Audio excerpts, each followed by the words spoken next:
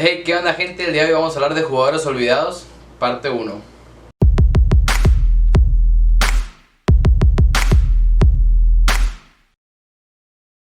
Bueno, como ya vieron el título, el día de hoy vamos a hablar de los jugadores olvidados. Y antes que todo me gustaría mandar un saludo a mi amigo Cristian Hernández alias Chojillo, que fue la persona que me dio la idea para este video. Y explicando así brevemente de qué trata esta sección, como su nombre lo dice, vamos a hablar de jugadores olvidados. Es decir, no hay mucha ciencia.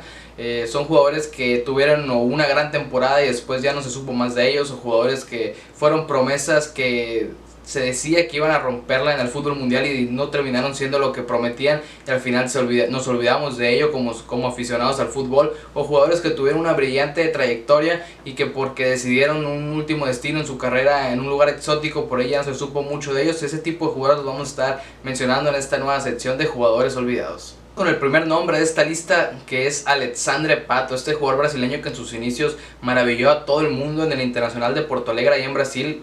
Duró por ahí año y medio, 2 años, hasta que un gigante de Europa puso sus ojos en él y se lo llevó, que es el caso del Milan. Este Milan que era cuando el Milan peleaba por cosas importantes, que peleaba títulos todavía. Con Alexandre Pato se hablaba de que tenía un delantero para el futuro, no solo era presente, y también iba a tener un delantero para muchísimos años más.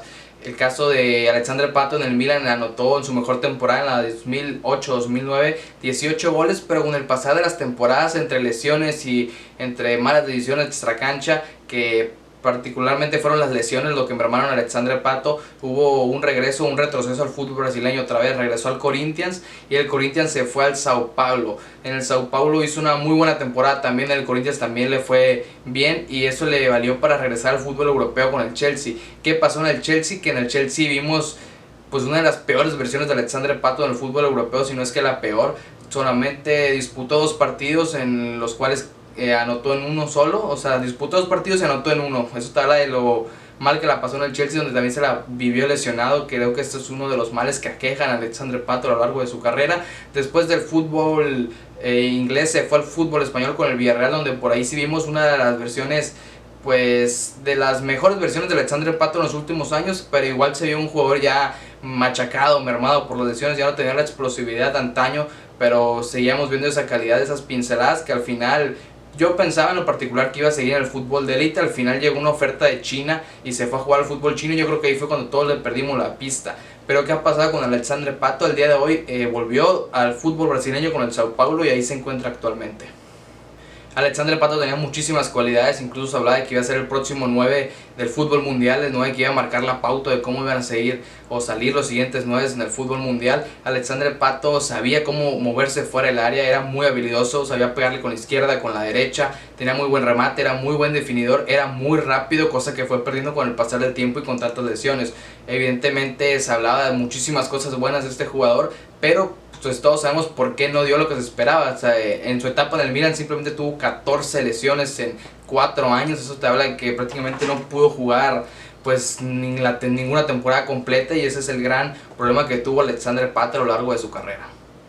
El siguiente jugador es Jackson Martínez, el delantero colombiano que también la rompió a lo grande en el fútbol europeo, pero antes de eso hay que retomar a sus inicios, que debutó en el Independiente de Medellín allá en Colombia, que tuvo unas muy buenas temporadas, que le alcanzó para irse a México, a un equipo que peleaba el descenso como es Jaguares de Chiapas, pero que de la mano de Jackson Martínez, que llegó como un delantero pues desconocido del fútbol mexicano, prácticamente aquí se hizo, no voy a decir que aquí se hizo un nombre como tal, pero sí tuvo muy buenas actuaciones. Incluso salvó el descenso a Jaguares, lo llevó a un par de liguillas como capitán, y en lo particular creo que fue un fichaje sorpresa el del Oporto, no porque no tuviera la calidad, sino que sí te llama un poquito la atención como un jugador que sale de Chiapas, de Jaguares de Chiapas, un equipo que peleaba descenso en México, se va al equipo más gigante de Portugal junto al Benfica, que es el Oporto. En Oporto tuvo un par de temporadas sensacionales en las cuales marcó 26 y 20 goles respectivamente en cada una de ellas, y le sirvió para irse al Atlético de Madrid. El Atlético de Madrid ya del Cholo Simeone, que yo en lo personal creía y apostaba que le iba a ir de maravilla a Jackson Martínez, pero al final una lesión de tobillo que tenían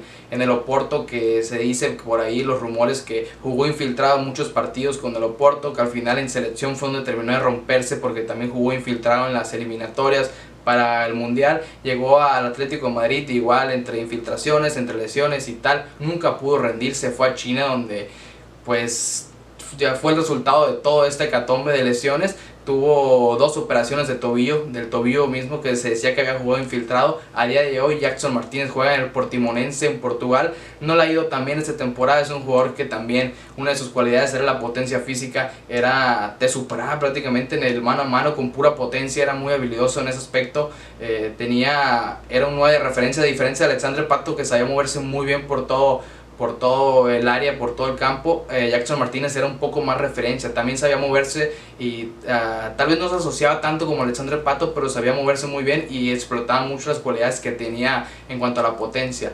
Pero a día de hoy, como ya lo dije, está en el Portimonense y este es otro de los jugadores que teníamos olvidados. El tercer jugador olvidado que tenemos es Miguel Pérez, alias Michu, este jugador que debutó en el Real Oviedo, el equipo de sus amores. Posteriormente pasó al Celta, donde tuvo minutos en el Celta B, también en el Celta en primera división.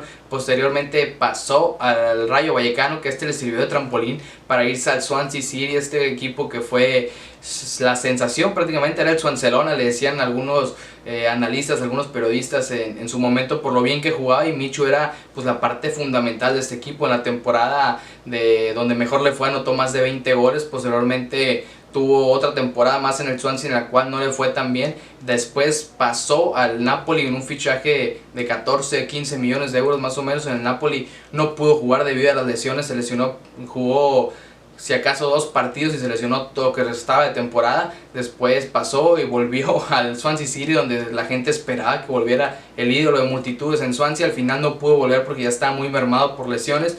Ya al final de su carrera volvió al Real Oviedo con la promesa de ascenderlos a primera división, y las lesiones lo volvieron a matar. Dejó del equipo sus amores, no pudo ascenderlo a primera división.